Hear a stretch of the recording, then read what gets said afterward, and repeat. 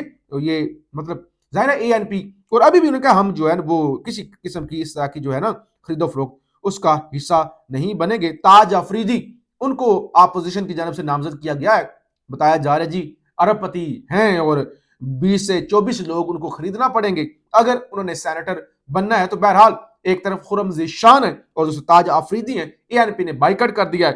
تو سہیل افریدی نے وہی کہا، انہوں نے کہا میں دیکھوں گا، رات کو ہم فیصلہ کریں گے کہ مجھے اڈیالہ جانا چاہیے یا نہیں جانا چاہیے، کیونکہ ہمارا سینٹ کا الیکشن بھی ہے تو اس کو بھی ہم نے اچھے طریقے سے کروانا ہے. ایک تو یہ خبر ہو گئی.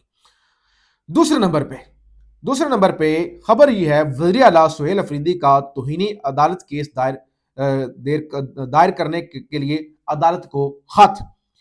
کہتے ہیں اسلام آباد ہائی کورٹ نے وزیر اعلیٰ کو عمران خان سے ملاقات کا حکم دیا تھا. جیل انتظامیہ نے وزیر اعلیٰ کو ملنے کی اجازت نہیں دی. اٹیسٹڈ کاپی کے لیے درخواست پہلے ہی جمع ہے، تاہم اب تک اٹیسٹڈ کاپی بھی فراہم نہیں کی گئی. اور رانا ثناء اللہ صاحب کہہ رہے تھے کہ کسی قسم کی ملاقات کا عدالت سے تو کوئی حکم ہی نہیں آیا ہوا. بہرحال انہوں نے خط لکھ دیا. مریم نواز بیچاری مشکل میں ہے، وہ جو ٹی ایل پی کے ساتھ ہوا یا کروایا گیا یا جو بھی ہوا، وہ ٹی ایل پی والے ٹریپ ہوئے، یہ تو کہانیاں ہیں نا، کہانیاں کھلیں گی، بے شمار کہانیاں، کیا ہوا تھا کیا نہیں ہوا تھا. اب مریم نواز علماء سے ملتی پھر رہی ہیں. ظاہر دیکھیں اس ملک کے اندر ایک معاملہ تو ہوتا ہے کہ اگر آپ اس طرح کوئی ایکشن کرتے ہیں تو پھر وہ جو سلمان تاثیر کے ساتھ ہوا تھا، یہ بڑا یعنی ایک مذہبی جنونیت تو ہے اس ملک کے اندر. تو مریم نواز نے آج مختلف علماء کو بلایا اور یہ کہا کہ مدارس کی ذمہ داری اور مفتی منیب صاحب کو دی جا رہی ہے. وہ بھی ویسے فتویٰ برائے فروغ تھی لے کے بورڈ گلے کے اندر لگا کے وہ پھر رہے ہوتے ہیں. تو بہرحال مریم نواز نے وہاں پہ تقریر بھی کی اور کہا میں ایک مذہبی گھر سے تعلق رکھتی ہوں. دیکھیں کوئی مذہبی سے تعلق رکھتا ہے کوئی نہیں رکھتا، کوئی تہجد کی نماز پڑھتا ہے کوئی نہیں پڑھتا، یہ اس کا معاملہ ہے، مجھے اس سے کوئی لینا دینا نہیں ہے. لیکن ایکس پر ٹویٹر پر بی بی جن بےہودہ لوگوں کو سپورٹ کرتی ہیں نا، فالو کرتی ہیں، اور جتنی گلیز زبان، وہ ایک کردار ہے احسن چٹھا، ہو سکتا ہے آپ میں سے کچھ لوگ جانتے ہو، اور اس جیسے اور بہت سارے لوگ ہیں، ڈائریکٹ مریم نواز ان کو سپورٹ کر رہی ہوتی ہیں. اور وہ ایک مکروہ سا کردار، وہ رضی دادا، وہ جو گلیز زبان استعمال کرتا ہے، تو اس سے واقعی لگتا ہے. کہتی ہیں میں ایک مذہبی گھر سے تعلق رکھتی ہوں، عید میلاد النبی کو عید کے طور پر منایا جاتا ہے، ہمارے گھر کو سجایا جاتا ہے. جب چھوٹی تھی تو عید میلاد النبی کے جلوس پر پتیاں پھینکا کرتے تھے. میری اس قسم کے ماحول میں پرورش ہوئی ہے. ماشاءاللہ، تو بہت اچھی بات ہے کہ پنجاب کی چیف منسٹر کی مذہبی ماحول کے اندر، حالانکہ میاں صاحب کے کارنامے پڑھے نا، وہ جو گوریوں نے یا گوروں نے کتابیں لکھی ہوئی ہیں، تو پھر اللہ کی پناہ. بہرحال کسی کی کردار کشی کی طرف ہم نہیں جاتے. اللہ، یہ اچھی بات ہے کہ مریم نواز کی جو تربیت ہے وہ مذہبی ماحول کے اندر ہوئی ہے، اور مذہبی لوگوں سے وہ پیار بھی کرتی ہے نا. وہ مرید کے اندر جو پیار ہوا، اور جو پنجاب کے اندر سی سی ڈی کر رہی ہے، سی سی ڈی کے حوالے سے جلدی سے ایک خبر آپ کے سامنے رکھ لوں. خبر یہ ہے جناب کہ سی سی ڈی کے افسران کا انوکھا کارنامہ، تاجر کو گھر سے اغوا کر کے اہل خانہ سے 5 کروڑ کا تاوان طلب کر لیا. D I G operations Lahore Faisal Kamran کا نوٹس مغوی بادیاب، سی سی ڈی کے انسپیکٹر سمیت 2 گرفتار. ٹھیک ہے، کچھ 40 لاکھ رشوت لے چکے تھے، تاوان لے چکے تھے، 5 کروڑ کا مطالبہ تھا، اور تاجر کو گھر سے انہوں نے اٹھا لیا تھا. تو یہ یعنی وہ تربیت اور وہ سارا کچھ پنجاب کے اندر ہو رہا ہے. اچھا جی، 9 مئی کا آج بڑا تگڑا فیصلہ آیا تھا. گزشتہ دن، اب دن کیونکہ تبدیل ہو چکا ہے، گجرات کی عدالت سے 9 مئی مقدمہ کا فیصلہ. تمام ملزمان بری.